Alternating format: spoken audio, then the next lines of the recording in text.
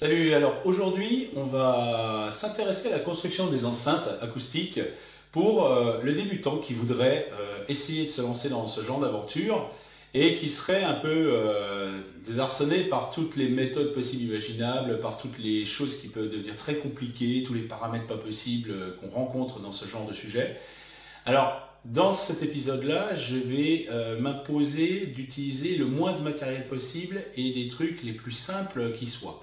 Donc on va utiliser certains logiciels qui sont gratuits. Je ne demande à aucun investissement particulier à part 2-3 petits matériels qui nous seront nécessaires à caractériser et mesurer les haut-parleurs pour après en déduire l'enceinte. Donc avant de commencer à pratiquer vraiment ce truc-là, on va déjà s'intéresser à quels sont les paramètres que l'on doit évaluer quand on veut faire une enceinte. Ils ne sont pas très nombreux, mais il est vraiment important de les comprendre. Alors, l'épisode va s'organiser comme ça. On va déjà s'intéresser à qu'est-ce que sont ces paramètres et ce qu'ils veulent dire. Ici, je les ai résumés. En fait, il y en a 4 essentiellement, les 4 plus importants.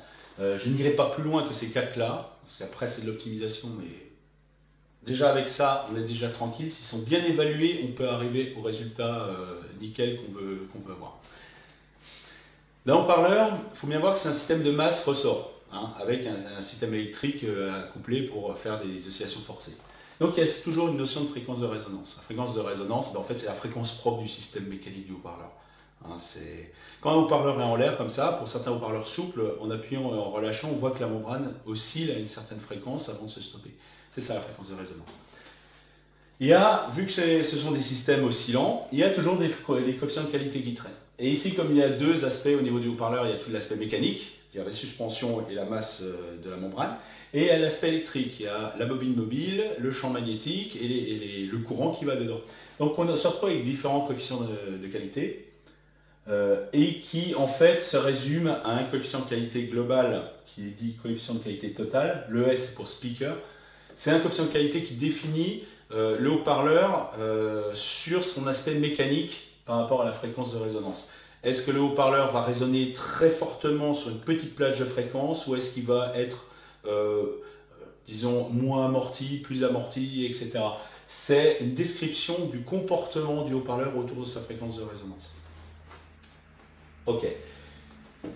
Troisième paramètre, qui est le plus vague et le plus tordu de tous, c'est le VAS. Alors, le VAS, c'est vraiment une drôle d'unité, c'est un drôle de paramètre et il est là uniquement pour des raisons pratiques.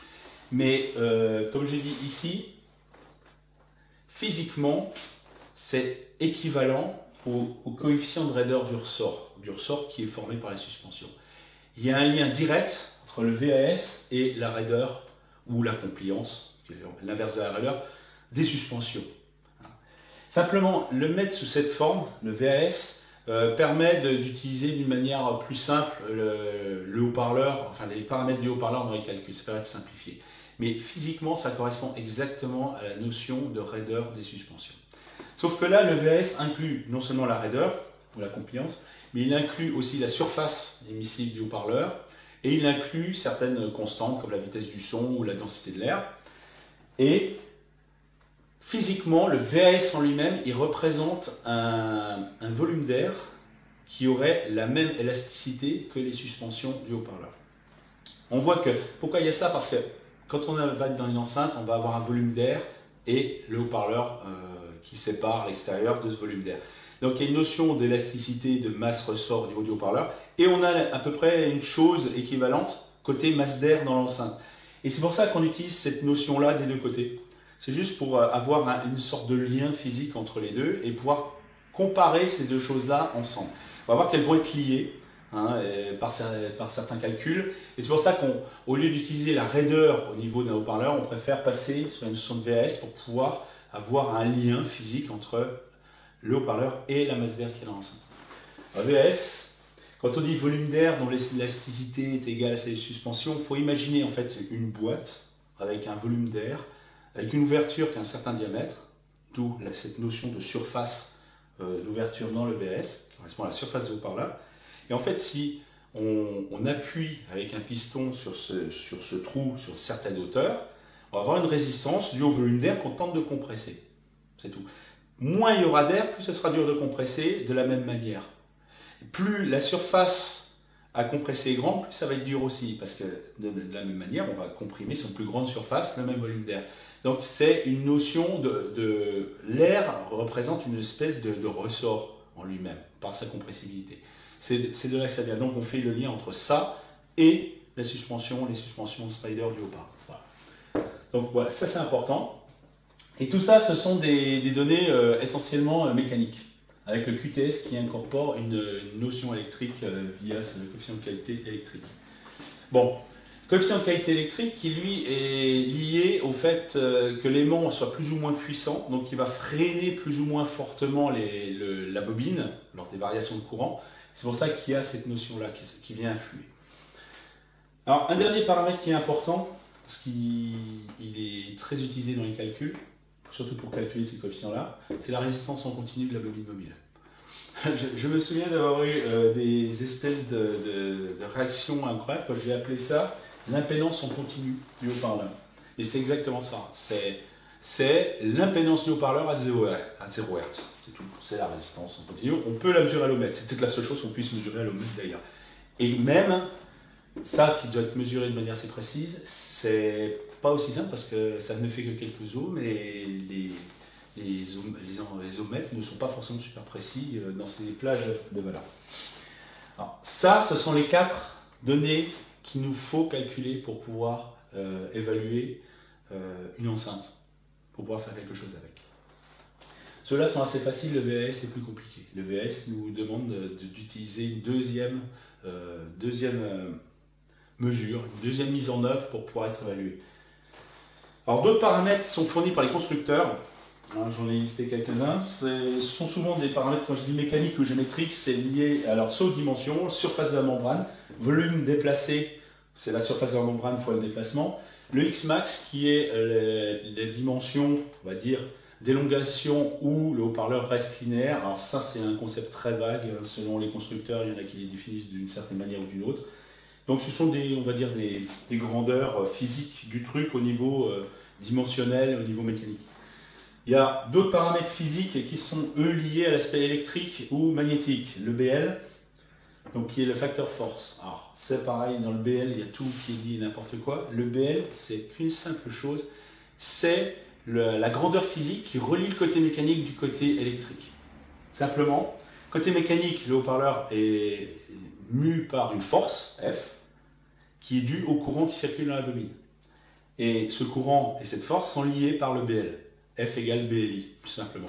Donc c'est la grandeur qui relie les deux mondes et qui fait que le haut-parleur est un convertisseur électrique vers mécanique, force et déplacement. Donc ça, c'est simplement une grandeur physique. C'est pas forcément une grandeur qualitative, c'est une grandeur physique. Le L correspond à la longueur de fil qui baigne dans un champ B. Donc c'est pour ça que le BL est plus grand pour un même type de haut-parleur quand on a une version 16 ohms par rapport à une version 8 ohms. Mais ça ne veut pas dire que la version 16 ohms est bien meilleure que l'autre. C'est juste un coefficient. Ça ne veut pas dire dans l'absolu quoi que ce soit au niveau de la qualité du haut-parleur. Alors eta, c'est le rendement intrinsèque du haut-parleur qui peut se calculer. Parce qu'un haut-parleur est un appareil qui a un rendement très très faible. L'essentiel part en chaleur. Se convertit en mouvement réel. Des paramètres assez importants quand on monte en fréquence, c'est la self-inductance de la bobine. Alors, évidemment, la bobine mobile, c'est un fil de cuivre qui est enroulé et qui baigne dans un système plus ou moins métallique. Le noyau, l'aimant, etc. sont des grandeurs qui sont faites en métal. Et donc on a une self-inductance qui apparaît là-dedans, qui va se superposer à la résistance en continu ici, qui deviendra de plus en plus élevée au fur et à mesure que la fréquence augmente, comme n'importe quelle self. Sauf que, en plus, la valeur de la self va varier avec la fréquence, parce qu'elle va baigner dans un système qui n'est pas linéaire du tout. Son mouvement au sein d'un environnement complètement métallique va faire qu'on peut avoir plusieurs définitions de la self-inductance. La self-inductance, on va dire, standard, de base. La self-inductance à une fréquence donnée, etc. Ce qui fait qu'en fait, la bobine mobile en général n'est pas modélisée sous la forme d'une simple self, mais d'un système plus compliqué de self, de choses, d'arrangements beaucoup plus complexes parce que le comportement de la self d'un haut-parleur n'est pas du tout simple, comme on pourrait le croire. Il est d'autant plus éloigné de la simple self que le haut-parleur a un système magnétique évolué qui contient beaucoup de ferraille, beaucoup de masse métallique. Et c'est par exemple extrêmement visible sur les haut-parleurs à bobine courte où la bobine est complètement entourée d'un système métallique. Les bobines longues ont une grande partie toujours à l'air libre. Donc la variation de self va être plus faible. Et ce sont des paramètres qui peuvent être importants après quand on veut calculer l'impédance du haut-parleur à des fréquences plus élevées, etc. Mais tout ça, bon, il y en a plein des paramètres comme ça, selon le contexte. Mais nous, on va s'intéresser à ces quatre-là, et rien parce que nous, on va s'intéresser à tout ce qui est grave, tout ce qui est basse fréquence. Tout ce qui est médium aigu, il n'y a pas vraiment d'enceinte à concevoir au niveau du volume de charge, etc. Il y a une topologie de l'enceinte, une mise en œuvre et des placements des haut-parleurs entre eux, et ce sont d'autres, on va dire d'autres contraintes qui viennent débouler, qui ne sont à la limite pas dépendantes des haut-parleurs eux-mêmes, mais qui sont dépendantes des fréquences en jeu et des positionnements des haut-parleurs entre eux. Mais bon, à la limite, c'est pas très important au niveau des haut-parleurs et des caractéristiques électriques des haut-parleurs. Donc c'est pour ça ici, son enceinte acoustique, c'est au niveau des basses fréquences, c'est là où ça va se passer. Et il ne faudra jamais oublier que de toute façon, le résultat final, le haut-parleur et l'enceinte, ce n'est que la moitié on va dire, du problème. La salle, c'est elle qui va imposer sa loi à la fin. Donc ça nous évite de faire des enceintes qui feraient n'importe quoi a priori. Mais la salle, de toute façon, il faudra la traiter, il faudra faire quelque chose de potable si on ne veut pas avoir n'importe quoi, même si l'enceinte est bien calculée. Donc, voilà, ça c'est les paramètres qu'on va essayer d'évaluer. Le problème, c'est que les constructeurs les fournissent, donc pourquoi les évaluer? Et le problème, c'est qu'en général, ils sont faux. Ils sont d'autant plus faux que les haut-parleurs sont anciens, qu'ils ont été utilisés, parce que les anciennes docks de haut-parleurs, par exemple SIA, des choses comme ça, les paramètres fournis sont complètement à côté de la plaque. Ils sont complètement faux. Les tolérances de production en grosse série sont très larges, ça peut être 20% de tolérance de fabrication, donc on va avoir des paramètres qui varient énormément, surtout le VAS, qui peut être extrêmement différent d'un haut-parleur à l'autre. Et donc, le mieux, pour être sûr, c'est de calculer ces données sur les haut-parleurs qu'on a, et non pas faire confiance aux données constructeurs qui peuvent être vraiment complètement à côté de la plaque. Il faut avoir confiance en tout, sauf aux données constructeurs à ce niveau-là, même pour les meilleurs. C'est pour ça qu'il est important de les calculer. Donc, ce qu'on va faire, c'est que maintenant, on va s'intéresser à la manière d'évaluer ces paramètres. Et on va l'appliquer sur des haut-parleurs réels. Alors, pour haut-parleurs réels, j'en ai choisi deux. Un haut-parleur ici qui est un Raptor 6, qui est vraiment un haut-parleur assez particulier. J'ai choisi deux haut-parleurs très différents pour montrer vraiment comment ils se comportent. Alors ça c'est le Raptor 6, bon, c'est un très bon petit haut-parleur qui a besoin de très peu de volume pour fonctionner, même à la limite trop peu de volume. Et un vieux WFR24 de chez Audax, alors là c'est un truc des années 60-70, Alnico, un truc vraiment un peu extraterrestre, qui est complètement à l'opposé du Raptor au niveau conception. On va regarder ces deux haut-parleurs. Alors, comment on calcule ces paramètres? En fait, les trois principaux, fréquence en résonance, coefficient de qualité, les trois, la résistance en continu, ça se calcule à partir de la courbe d'impédance du haut-parleur à l'air libre. C'est-à-dire qu'on mesure le haut-parleur en l'air comme ça, avec rien autour, c'est la contrainte, pour éviter qu'il y ait des parois qui réfléchissent le son qui va être émis. C'est la courbe d'impédance qui va nous permettre de calculer ces paramètres-là. Alors, il existe plusieurs manières de calculer la courbe d'impédance. Simplement, la courbe d'impédance, c'est calculer le courant et la tension qui circulent dans le haut-parleur à une fréquence donnée. Ça, vraiment, c'est très simple. C'est vraiment simple. Malheureusement, en pratique, c'est pas toujours aussi simple à mettre en œuvre. Et donc, on est à plusieurs méthodes selon ce qu'on a, selon la précision qu'on veut obtenir. Et on va choisir une des méthodes, qui est la méthode par diviseur de tension, qui est la plus simple et qui nécessite le moins de matériel. Alors, comment ça se passe pour calculer ça?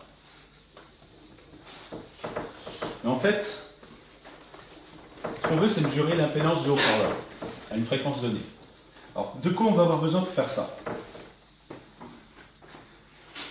Si on n'avait vraiment qu'un matériel, enfin, si on avait juste le strict minimum, on aurait besoin d'un générateur BF, amplifié suffisamment pour pouvoir attaquer le haut-parleur, une résistance donnée R de valeur connue, le haut-parleur, et voilà. Avec ça, on peut facilement calculer l'impédance du haut-parleur. Il suffit de mesurer la tension en sortie d'ampli et de mesurer la tension au niveau du haut-parleur. Et avec ça, on peut se débrouiller pour calculer l'impédance ici Z, qui sera dans le rapport des tensions. Tout simplement, ici, VZ, qui est ici, ce sera la tension V fois Z sur R plus Z, qui est vraiment le pont, le diviseur de tension absolument standard. Donc on n'a pas besoin de calculer le courant, on n'a pas besoin de faire tout ça. Donc, un voltmètre qu'on va balader d'un coin à un autre, un générateur BF, éventuellement un amplificateur si le générateur BF n'est pas capable d'attaquer cette zone-là. Et voilà. À la limite, ça, un générateur BF qui est capable de sortir en 50 ohms ou avec une impédance sortie suffisamment faible permettrait de faire ça. Sauf qu'il faut incorporer l'impédance de sortie de ce truc-là dans la résistance ici. Donc c'est un peu plus compliqué. Donc ça suppose d'avoir un générateur BF. Ça suppose d'avoir un ampli ou quelque chose comme ça, plusieurs voltmètres. Bon, ça demande du matériel de faire ça, même si c'est le schéma le plus simple. Alors, il existe un autre moyen de le faire, c'est celui qu'on va utiliser. On a un PC, sinon, je ne vois pas comment on pourrait regarder cette vidéo. On a un ampli de chaîne, sinon les enceintes, je ne sais pas exactement où on va les brancher. Donc ça, c'est le matériel qu'on a déjà. Donc, on va non pas utiliser des appareils de labo pour faire ça, mais on va utiliser un PC avec un ampli de chaîne. Donc le PC, lui, j'espère une carte son quand même.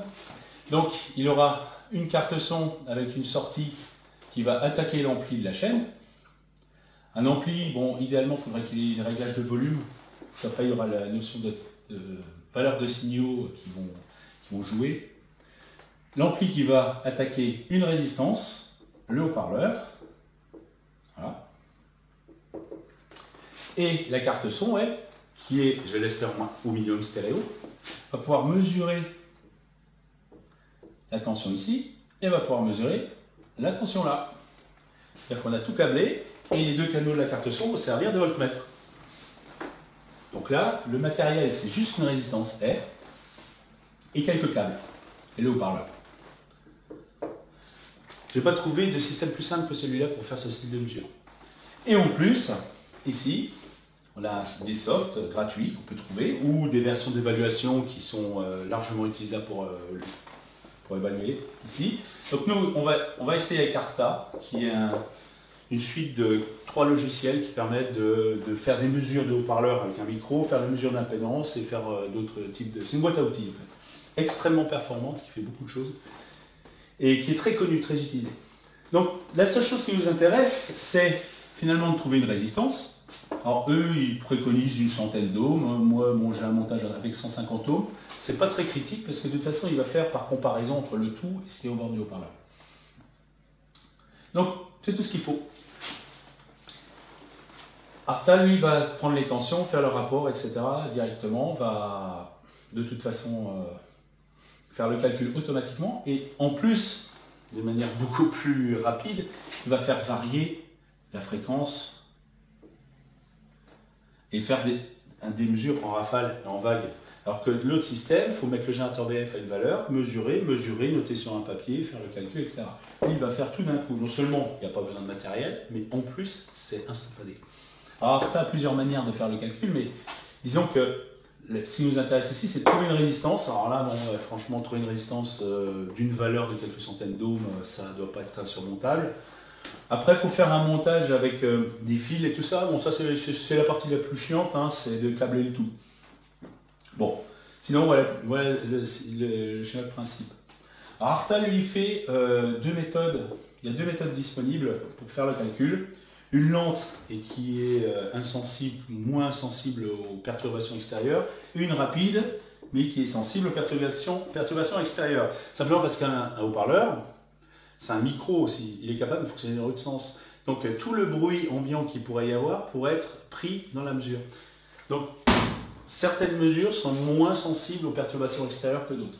Alors Arta utilise soit un sweep discret, ce qui veut dire simplement il envoie un signal de 5 Hz, un signal de 6 Hz, 7 Hz, enfin un signal, des signaux de valeur de fréquence constante à la queue leu, et puis il calcule pour chaque point. C'est tout. Hein, c'est un sweep discret parce que ce sont des valeurs discrètes de fréquences qui sont prises. Il existe des versions avec des sweeps continus, mais ça, c'est une version moins sensible au bruit qui utilise le principe des transformés de Fourier. Alors la deuxième méthode ici qui utilise, c'est ce qu'on appelle les méthodes MLS. Ce sont des méthodes qui envoient un bruit sur une période de temps et qui fait la transformée de Fourier. Enfin, c'est une transformée du style Fourier, c'est une transformée de Hadamard en fait. Mais c'est quelque chose de très analogue à une transformée de Fourier qui permet d'avoir le spectre en fréquence du signal. Et ici, ce qu'on mesure, c'est l'impédance plutôt qu'un niveau sonore. Mais on va se retrouver avec une courbe de réponse. Et la courbe de réponse, ça va être l'impédance. C'est une mesure globale qui va tout calculer d'un coup, sauf qu'elle va incorporer toutes les perturbations qu'il y a à l'extérieur. Donc, on peut faire une version à sweep avec des FFT.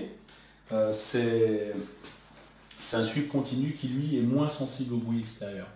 Mais ça, Arta ne le fait pas. À ma connaissance, il ne fait que cette méthode FFT, comme ça, et le sweep. Alors, le FFT, il peut être amélioré simplement par moyennage. Il peut faire plein de FFT à la queue leu et les moyenner entre elles, ce qui enlève tout ce qui pourrait être bruit de fond, etc.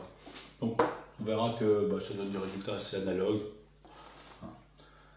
Le FFT, c'est bien parce que ça va vite. Mais bon, c'est vraiment fromage au dessert. Et disons que là, il y a besoin de très peu de matériel et on a un résultat immédiat. Parce que non seulement il va calculer la courbe d'impédance, ça va être un truc comme ça, et en plus, il sait extraire de cette courbe d'impédance la résistance en continu, la résistance maximum, certains types d'impédance à certaines caractéristiques, et en extraire les coefficients du haut-parleur. Donc automatiquement, il va extraire de la courbe plutôt que de le faire à la main. Donc on n'a qu'un avantage à utiliser ce genre de système qui est vraiment le plus simple et le plus rapide. Alors il existe à ce niveau-là quand même des pièges. Les pièges, ce sont les niveaux des tensions qui vont circuler là-dedans. Si on utilise un PC et les entrées lignes, on va dire qu'on est de l'ordre du volt quand on est à fond. C'est-à-dire qu'ici, on va se retrouver avec un volt RMS. Le problème, c'est que quand on attaque un ampli de chaîne avec ça, on va se retrouver peut-être avec 30 volts RMS, peut-être quelque chose comme ça, si c'est un ampli puissant. On va se retrouver avec beaucoup de tension ici. Sauf que les entrées lignes, elles supportent maximum 1 volt. Et donc ça, si on attaque directement comme ça, on va saturer, voire détruire les canaux d'entrée de la carte son. Donc il est important ici, soit d'envoyer vraiment des signaux très très faibles, mais s'ils sont trop faibles, on se retrouve avec des signaux qui sont un peu trop atténués numériquement. Il faut bien voir qu'ici on a des ADC, hein, ce n'est pas des sorties purement analogiques. Donc, descendre trop bas, on ne va pas se retrouver avec des belles sinus pour faire les calculs, mais se retrouver avec des trucs qui sont un peu dégueulasses. Donc, si on descend trop bas, on a des signaux qui sont un peu corrompus. Donc, le problème, c'est qu'ici, on peut se retrouver surtout dans l'entrée de référence. Hein, ça, c'est l'entrée de référence, c'est celle qui sert de référence pour calculer la division de tension. On peut se retrouver avec des tensions beaucoup trop grandes. Et éventuellement, ici, si on a un rapport de 1/20, on va se retrouver quand même avec 1,5 volts facile, ce qui est déjà de trop. Donc, ce que j'ai fait ici, dans mon cas, dans le petit montage que j'ai fait, c'est que j'ai rajouté une atténuation 1/20, ce qui n'est même pas très suffisant. Bon, ça peut être plus. Hein. C'est en fait, ici, on va mettre un pont diviseur faut que je le mette dans le bon sens. On va mettre un pont diviseur. Voilà. Alors les valeurs doivent être suffisamment élevées pour ne pas perturber celui-là. Donc comme ici on rentre en haute impédance, c'est pas très grave. Ici, alors moi j'ai pris un pont de 1/20. Alors ici j'ai 4K3 et là 82K. Ce qui permet ici d'avoir 1/20 de la tension. Ce qui permet déjà d'atténuer un peu ici pour obtenir quelque chose d'utilisable et puis de ne pas saturer. Alors il y a, dans Arta, il y a tout un système de calibration qu'on va voir. Donc il est conseillé quand même de mettre un système d'atténuation si on utilise un ampli de chaîne. On pourrait utiliser la sortie casque à la place d'un ampli, mais la sortie casque pourrait être perturbée par des charges qui seraient un peu trop faibles ici, qui pourraient commencer à distordre. Et là, ça pourrait perturber la mesure. C'est pour ça que utiliser un ampli ici, ça évite de charger trop le PC qui ne pourrait pas être, de supporter trop des charges importantes. Or, s'il est amplifié, bon, après, tout dépend si l'ampli qu'il y a là-dedans a une qualité suffisante. Donc, la seule partie délicate, c'est ça. Et ça, je l'ai mis dans des prises cinch qui se branchent sur le truc. Ça a 2 petites résistances et c'est bon, quoi. Je pense que c'est important de mettre des atténuateurs là pour protéger les entrées du PC. Mais à part ça, bon, le schéma est extrêmement simple. Ça vaut le coup de passer une petite heure à fabriquer son truc correctement avec du câble et quelques résistances qu'on peut trouver partout. Et puis voilà. Donc ici, il faut une résistance un peu puissante pour être sûr de ne pas être trop embêté. Hein, moi, je sais pas, il doit faire une dizaine de watts, hein, ça suffit amplement. Ici, il n'y a pas besoin de puissance. Ce qui compte, c'est que la résistance ici soit suffisamment grande par rapport à celle-là. 4K3 par rapport à quelques dizaines d'ohms, ça va. Hein, mais il faut faire gaffe que ça ne perturbe pas ça. Ok. Alors, c'est important parce que moi, dans mon montage, par erreur, parce que mes prises sont comme ça, en fait, la résistance 4K3, elle est là. Bon. C'est mis dans l'autre sens. Le problème, pas exactement là, mais elle est mise dans l'autre sens et en fait, vu du haut-parleur, j'ai 4K3 d'impédance. Et comme ça, on n'est pas emmerdé. Et c'est important. Donc ça, c'est la méthode diviseur de tension parce qu'on utilise un diviseur de tension. Il existe d'autres méthodes à courant constant, à tension constante, qui sont d'autres configurations qui nécessitent un matériel plus difficile à avoir. Comme des voltmètres ou des ampèremètres à courant alternatif qui doivent être parfaitement linéaires et parfaitement fiables, des fréquences qui peuvent descendre à quelques hertz jusqu'à plusieurs milliers d'hertz. Donc ça demande de l'appareillage qui est moins facile à avoir. Ça, c'est la méthode la plus simple que j'ai pu trouver. Donc, on va passer sur le PC avec Arta, regarder un petit peu le branchement et on va faire quelques expérimentations avec ces haut-parleurs là et voir les résultats qu'on peut en tirer. Cette méthode diviseur de tension, elle ne permet que de calculer FS, les coefficients de qualité, la résistance en continu, mais pas le VAS directement. Le VAS, c'est une donnée purement mécanique. On ne peut pas la calculer à partir d'un truc électrique comme ça. Donc, pour pouvoir calculer le VAS, on y a 2 méthodes possibles. Comme c'est un problème purement mécanique lié aux suspensions, et c'est un système masse-ressort, il y a 2 grandeurs physiques qui interviennent là-dedans. Il y a la raideur des ressorts ou la masse suspendue. Alors, pour calculer le VAS, on mesure le haut-parleur nu comme ça, et on mesure le haut-parleur qui est modifié soit en paramètre de raideur, soit en paramètre de masse. Alors, le paramètre de raideur, c'est on monte le haut-parleur dans une enceinte, donc on a un volume d'air qui va le charger plus, ce qui fait que globalement ça va être un système de ressort plus raide, soit on lui colle dessus une masse qui alourdit la membrane et donc qui modifie le côté masse de la membrane. Et par comparaison entre cette mesure-là et la mesure normale, on peut en déduire le VAS. Donc il y a besoin de 2 mesures d'impédance. Alors nous, pour l'expérience, on va faire par masse ajoutée, ce qui évite de construire une enceinte spécifique pour mesurer les haut-parleurs. Et ce sont 2 méthodes simplement habituelles pour pouvoir évaluer le VAS qui malheureusement ne peut pas être extrait de manière purement électrique. En tout cas pas simplement. Donc on va faire ça, on va déjà calculer ces choses-là, on mettra une petite masse dessus, on recalculera une deuxième courbe d'impédance, et on laissera Arta extraire toutes les valeurs habituelles des haut-parleurs. Et on appliquera ces valeurs trouvées à un logiciel qui est dédié à l'évaluation des dimensions, des volumes des enceintes finales. En fonction de ces paramètres-là, on va utiliser WinISD, qui est aussi un soft, mais là dédié conception d'enceinte, qui est gratuit aussi, et qui permet de voir toutes sortes de types d'enceintes, alors une enceinte close ou basse réflexe. Hein. Après, c'est une question de préférence et de contrainte, sachant que même si à l'époque, j'aurais jamais pensé utiliser les enceintes closes un jour, actuellement, je pense que l'enceinte close est l'enceinte qui est la plus simple et qui permet, avec un peu d'électronique, d'obtenir n'importe quelle courbe de réponse que l'on veut. La seule contrainte étant qu'on ait des haut-parleurs avec des débattements suffisants, qui soient suffisamment robustes, et qui aient des caractéristiques un peu particulières au niveau de leur données là. Parce qu'on ne peut pas mettre en enceinte close n'importe quoi, sinon on obtient des trucs sans basse, et on sera vraiment obligé de trop corriger si on veut rattraper. Mais bon, on verra un peu comment ça se passe. On va passer sur l'ordinateur, et on va voir combien ça vaut ça. On va voir exactement quels sont les paramètres de ces trucs-là. Et on va comparer avec les données constructeurs et voir que les données constructeurs, c'est souvent complètement n'importe quoi. Alors pour finir cette première partie, voilà le montage ultra simple. Ici, le Raptor 6 est branché dessus. Donc un simple ampli de chaîne. Ici, un très très vieux Sony de la grande époque. Hein, c'est un 3200F. Ici, c'est vraiment le seul ampli que j'ai sous la main. Hein, tout ampli peut très bien convenir. Idéalement, c'est intéressant d'avoir un ampli avec des réglages de volume dessus.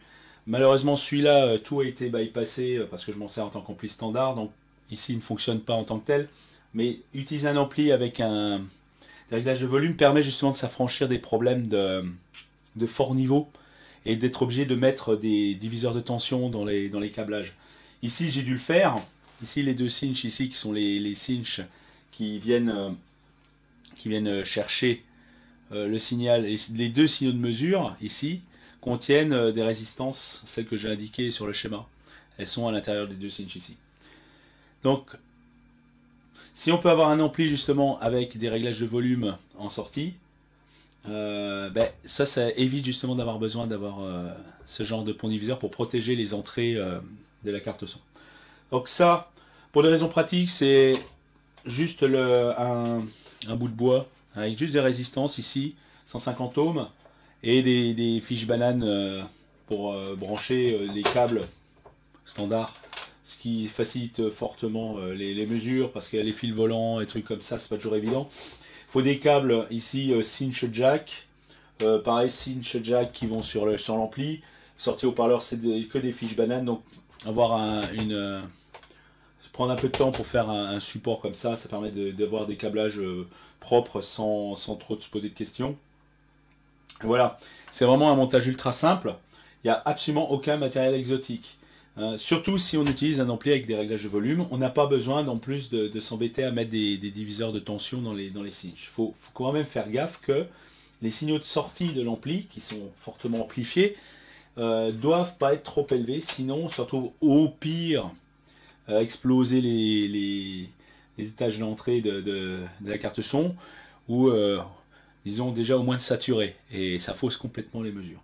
Donc voilà, simplement le montage. Pour évaluer le VAS, j'utilise ici j'ai utilisé un écrou. C'est un écrou pour de la vis de 8 ou de 10. Les écrous là font 10 grammes, exactement. N'importe quel poids dont on connaît parfaitement la valeur peut aller, tant que ce ne soit pas des trucs trop lourds. Quelques dizaines de grammes suffisent amplement.